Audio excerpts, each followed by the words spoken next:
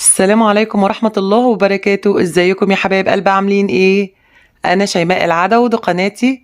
احنا ان شاء الله النهاردة هنعمل مع بعض كيكة الويفر او بسكوت الويفر. هو كده حاجة بين الاتنين، بين البسكوت وبين الكيكة. وده غير ان هي طريقتها سهلة وبسيطة خالص ومش هتاخد معاكي وقت ولا مجهود. وكمان بيسموها حلوى ال10 دقايق لانها سهلة جدا جدا، ومش هتاخد معاكي غير 10 دقايق فعلا. وحتى لو أول مرة تعملي حلويات هتنجح معاك إن شاء الله من أول مرة. مقاديرها سهلة وبسيطة وموجودة في كل بيت، ومش فيها أي افتكاسات خالص يا جماعة. ده غير إن هي عبارة عن طبقات من السعادة، وانتي بتاكليها كده هتحسي فعلا بالسعادة، لأن هي يا جماعة طعمها خطير. والمقادير زي ما احنا متعودين بالجرامات وبالكوباية. يا ريت بقى كل اللي حابب يكمل معانا الطريقة والفيديو، يا ريت ما تنسوش اللايك والشير والاشتراك في القناة. واهم حاجة تفعلوا زر الجرس على كلمة الكل علشان يوصلكوا اشعار بكل فيديو جديد هننزله ان شاء الله. ودلوقتي بقى يلا بينا نسمي ونصلي على الرسول عليه افضل الصلاة والسلام، ونبدأ في الطريقة. واول حاجة معانا في المقادير النهاردة، معانا كده 4 بيضات بدرجة حرارة الغرفة. وزن ال4 بيضات بقشرهم، بالنسبة للناس اللي بتحب تعرف كل حاجة بالميزان، وزنهم ال4 بقشرهم 250 جرام. بعد كده بقى هضيف رشة كده صغيرة من الملح، وعليهم نص معلقة صغيرة من الفانيليا.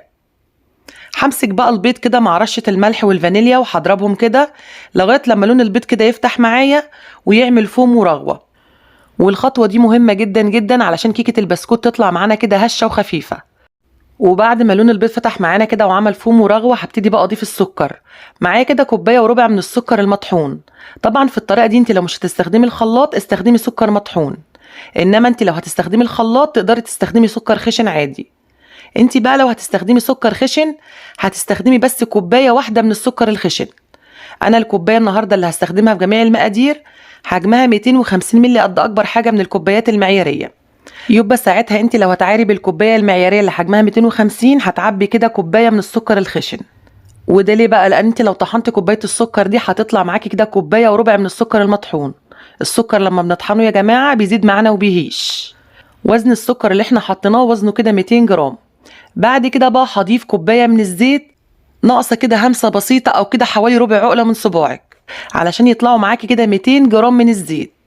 وزي ما انا قلت لك كده الكوبايه اللي انا مستخدماها في جميع المقادير حجمها 250 مللي. اوعي تغيري الكوبايه اللي هتستخدميها.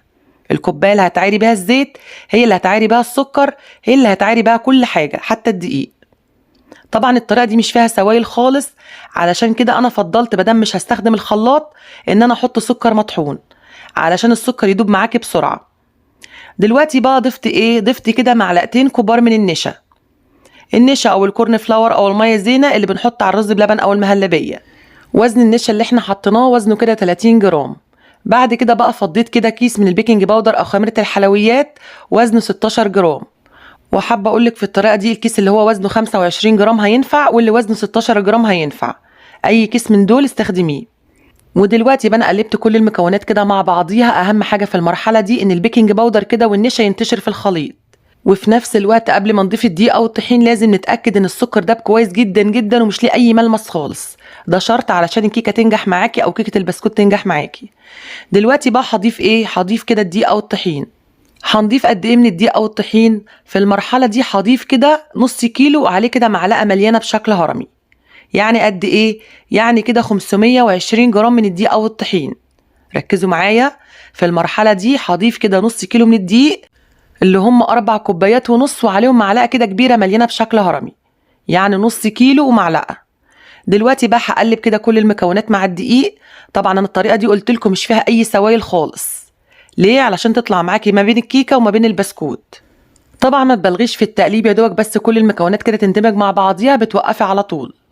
دلوقتي بقى زي ما انتم شايفين كل المكونات اندمجت مع بعضيها. طبعا العجينه في المرحله دي بتكون طريه كده وبتلزق، وطبعا انا عايزه كده. ليه بقى؟ علشان احنا هنقسم العجينه نصين، فلازم تكون العجينه طريه كده وبتلزق في المرحله دي علشان نخلي عجينه بالكاكاو وعجينه بالفانيليا.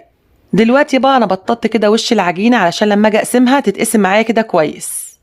بروح بقى قاسمه العجينه كده نصين بعد ما ببطط وشها كده كويس، وهاجي على نص منهم كده وانقله في طبق تاني.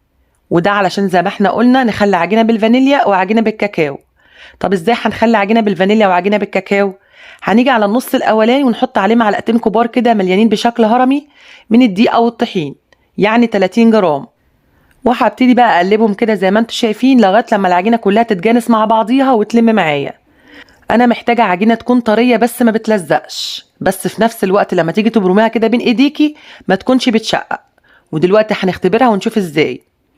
هاجي بقى على النص التاني كده واضيف عليه كده معلقتين كبار من الكاكاو المر الخام الغير محلى، معلقتين كبار كده مليانين بشكل هرمي. وزن الكاكاو اللي احنا حطيناه وزنه كده 30 جرام. وهبتدي برضه الم العجينه كده لغايه لما تتشكل معايا عجينه كده بالكاكاو. طبعا انت في المرحله دي علشان انت اللي تتحكمي في العجينه مش العجينه اللي تتحكم فيكي، وخاصه لو انت مش مستخدمه الميزان. حط على كل ناحيه من دول معلقه واحده بس. يعني هتيجي على عجينه الفانيليا وتحطي معلقه من الدقيق وتروحي عجنه العجينه، وبعد كده تختبريها. لقيت العجينه لسه بتلزق معاكي، حطي المعلقه التانيه من الدقيق. ونفس الوضع على عجينه الكاكاو، هتروحي حاطه معلقه واحده بس من الكاكاو الاول، وبعد كده بتعجني العجينه. لقيت العجينه بتلزق هتحطي المعلقه التانيه. ما لقيتيهاش بتلزق واتظبطت معاكي ما تحطيش المعلقه التانيه. وده علشان انت ممكن حجم البيض اللي انت مستخدماه يكون اصغر من حجم البيض اللي انا استخدمته. فانت بقى حطي كده الدقيق بالتدريج علشان تتحكمي في العجينه. طبعا دلوقتي انا اختبرت العجينه بتاعه الفانيليا قدامكم وبرمتها كده وجيت بططتها، ما بتشققش ولا اي حاجه خالص. جيت برضو على عجينه الشوكولاته او عجينه الكاكاو واختبرتها برضو ما بتشققش. طبعا العجينه سهله وبسيطه خالص ومش معقده. انت بس كل الموضوع لو لقيت العجينه بتلزق زودي شويه من الدقيق كمان. دلوقتي بقى زي ما انتم ملاحظين هفرد بقى كيس بلاستيك كده تحت العجينه بتاعه الشوكولاته او عجينه الكاكاو، وهبتدي افردها كده بين كيسين بلاستيك، كيس تحت العجينه وكيس فوق العجينه. وبعد كده بقى هبتدي افرد العجينه كده بالنشابه على شكل مستطيل. وطبعا في المرحله دي انا مش محتاجه اكبر المستطيل اكتر من كده علشان اقدر انقله بسهوله. ما تحاوليش تكبريه اكتر من كده علشان دلوقتي انت هتشيليه وتحطي العجينه التانيه. او انت بقى لو عندك المساحه واسعه شويه تقدري تنقليه كده بالراحه، وبعد كده تحطي عجينه الفانيليا. وطبعا علشان العجينه بين كيسين بلاستيك هتتنقل معاكي بمنتهى السهوله. شايفين دلوقتي بقى انا بحاول اخلي العجينه كده كلها سمك واحد والجوانب متساويه. بعد ما ظبطت العجينه بتاعه الشوكولاته كده هبتدي بقى افرد العجينه بنفس الطريقه بتاعه الفانيليا. هجيب برضو عجينه الفانيليا كلها كده وافردها برضو بين كيسين بلاستيك. طبعا انت بقى بتشيلي الكيس البلاستيك اللي على عجينه الكاكاو وتحطي بس كيس بلاستيك من اكياس التلاجة تحت العجينه بتاعه الفانيليا. بس في الخطوه دي حاولي تكبري الكيس البلاستيك شويه، لان انت دلوقتي مش هتشيلي عجينه الفانيليا خالص. انت هتعملي عجينه الفانيليا كده الاول على شكل مستطيل، وبعد كده تحطي عليها عجينه الشوكولاته. وانت بقى بتفردي في عجينه الفانيليا كده حاولي تظبطيها قد العجينه بتاعه الشوكولاته اللي انت لسه فردها بالظبط. ممكن بقى تشيلي الكيس بتاع عجينه الشوكولاته كده وتحطيه على عجينه الفانيليا وتشوفيهم الاتنين قد بعض ولا لا. طبعا انت ممكن تعملي الخطوه دي كده بعينيكي او تجيبي عجينه الشوكولاته كده وتحطيها على عجينه الفانيليا وتشوفي الاتنين قد بعض ولا لا. وبعد ما ظبطت العجينتين كده زي بعض كده بالتقريب هبتدي بقى كده اشيل الكيس البلاستيك من على عجينه الفانيليا، وابتدي بقى انقل العجينه بتاعتي الكاكاو عليها كده بالشكل ده. وطبعا العجينه بتكون على كيس بلاستيك ونقلها سهل جدا جدا. اقلبي العجينه بالشكل دوت وبعد كده شيلي الكيس البلاستيك وحاولي بقى تظبطي الاطراف كده على بعضيها. طبعا شرط نجاح الطريقه دي او علشان تطلع الطبقات كلها كده زي ما انت شفتها كده في اول الفيديو والطبقات تطلع متساويه معاكي، حاولي تخلي اطراف العجينه كده زي بعضيها او تحت بعضيها بالظبط. انت لو حسيتي عجينه خارجه عن التانيه بالمقطع كده وهتدخلي العجينه التانيه تحتها وتبتدي بقى ايه تفردها بالنشابه. في الخطوه دي انا هحط كده العجينتين على بعض وابتدي بقى افردهم كده شويه بالنشابه، مش هوسعهم قوي، مجرد بس العجينه كده تلزق في بعضيها. وطبعا زي ما انتم ملاحظين طول ما انا بفرد بحاول اسوي الاطراف كده ايه تبقى سوا بعضيها او الاتنين يكونوا فوق بعض زي ما انا قلت لكم. بعد ما وسعت العجينه كده شويه واتاكدت ان العجينه لزقت في بعضيها هبتدي بقى اتني كده العجينه على الناحيه التانيه بالشكل اللي هتشوفوه دلوقتي. هشيل الكيس البلاستيك كده وبعد كده بقى هروح تاني العجينه بالشكل ده. بعد ما طبقتها بالشكل دوت هبتدي بقى افردها واوسعها. شايفين بنفس الطريقه دي هحط كيس البلاستيك كده وابتدي ان انا ايه اسويها، وبعد كده بروح بقى فردها بالنشابه. طبعا العجينه طريه ولينه معاكي وهتتفرد معاكي على اي شكل. واهم حاجه تاخدي بالك منها وانتي بتفردي في الخطوات ديت ان انتي وانتي بتفردي العجينه كده ما تخليش عجينه الفانيليا تشف معاكي على الاخر. يعني مجرد بس ان لقيتيها كده هترق او هتشف معاكي بتوقفي فرد. علشان العجينتين ما يتوهوش في بعض او لونهم يروح في بعض. شايفين بقى في الخطوة دي مجرد بس ما العجينة شفت معايا كده هبتدي بقى اوقف كده فرد، وهبتدي بقى اتني العجينة على الناحية التانية. زي ما انتوا لاحظتوا كده في المرة الاولانية او اول مرة تنيت العجينة تنيتها كده من الجنب، المرة دي بقى هتنيها كده من قدامي. اهم حاجة كل مرة وانت بتتني العجينة حاولي تتأكدي ان الاطراف كده جاية على بعضيها. هزحزح بس العجينة كده في النص علشان اتحكم فيها، وبعد كده هفرد. انا هكرر بقى التانية دي مرتين كمان، يعني هخلي التانيات كده 4 مرات. يعني من اول ما بتفردي العجينة بتتنيها 4 مرات، مرتين هتتنيهم من الجنب ومرتين هتتنيهم كده من قدامي، يعني بالعكس، علشان تاخدي نفس الطبقات اللي شفتها كده في اول الفيديو. ركزوا معايا، دي تاني تطبيقة يعتبر. هفردها برضو كده على شكل مستطيل، واول ما احس ان العجينة بتاعت الفانيليا بدأت تشف معايا بوقف فرد على طول. شايفين اول ما العجينة بدأت تشف هشيل الكيس البلاستيك واروح بقى تانية من الناحية التانية او من الجنب كده زي ما انتوا شايفين، زي ما بدأت كده اول مرة. يبقى كل الخطوات اللي احنا عملناها تنيناها اول مرة من الجنب ورجعنا فردناها على شكل مستطيل، وبعد كده رجعت تنيتها كده من قدامي وفردتها مرة تانية على شكل مستطيل. يبقى كده دي تالت تانية معايا، فاضلنا تانية واحدة بس عشان يبقوا 4. يبقى كده احنا فهمنا كل تانية بتبقى عكس التانية، يعني مرة تتني من هنا ومرة تتني من الناحية التانية علشان الطبقات تطلع معاكي مظبوطة. افردي بقى مرة بالطول ومرة بالعرض على شكل مستطيل كده، واول برضو ما تحسي ان العجينة بدأت تشف معاكي وقفي فرد على طول. خلاص بقى دي اخر تانية هتنيها، وبعد كده بقى هنبتدي نحطها في الصينية. شايفين العجينة بدأت تشف، هوقف بقى وهبتدي بقى اتني العجينة بقى بالعكس من الناحية التانية. ودلوقتي بقى حذروا فزروا، هنتنيها منين؟ هتنيها من قدامي. شايفين تنيتها المرة دي بالعكس، المرة اللي قبلها كانت من الجنب والمرة دي من قدامي. يبقى كده احنا فهمنا ان احنا تنيناها 4 مرات، مرتين من الجنب ومرتين من قدامي، بس كل مرة بتبقى عكس التانية.